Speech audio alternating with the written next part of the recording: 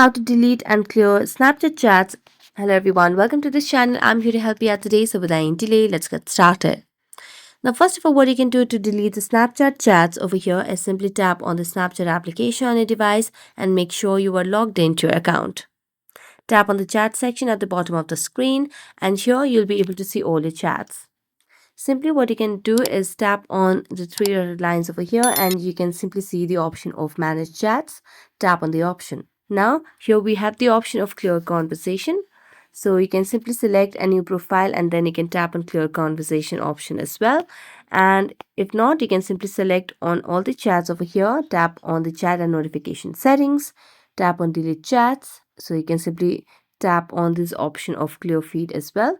So you can tap on chat and notification settings and simply tap on delete chats, or you can clear from the chat feed as well. Next, what you can simply do is make a long press on the Snapchat application on your device and then tap on app info. Select on the delete data option at the bottom right corner of the screen or clear data option. Then tap on manage space and simply tap on the option of delete app data. So this way you'll be able to clear Snapchat chats over here.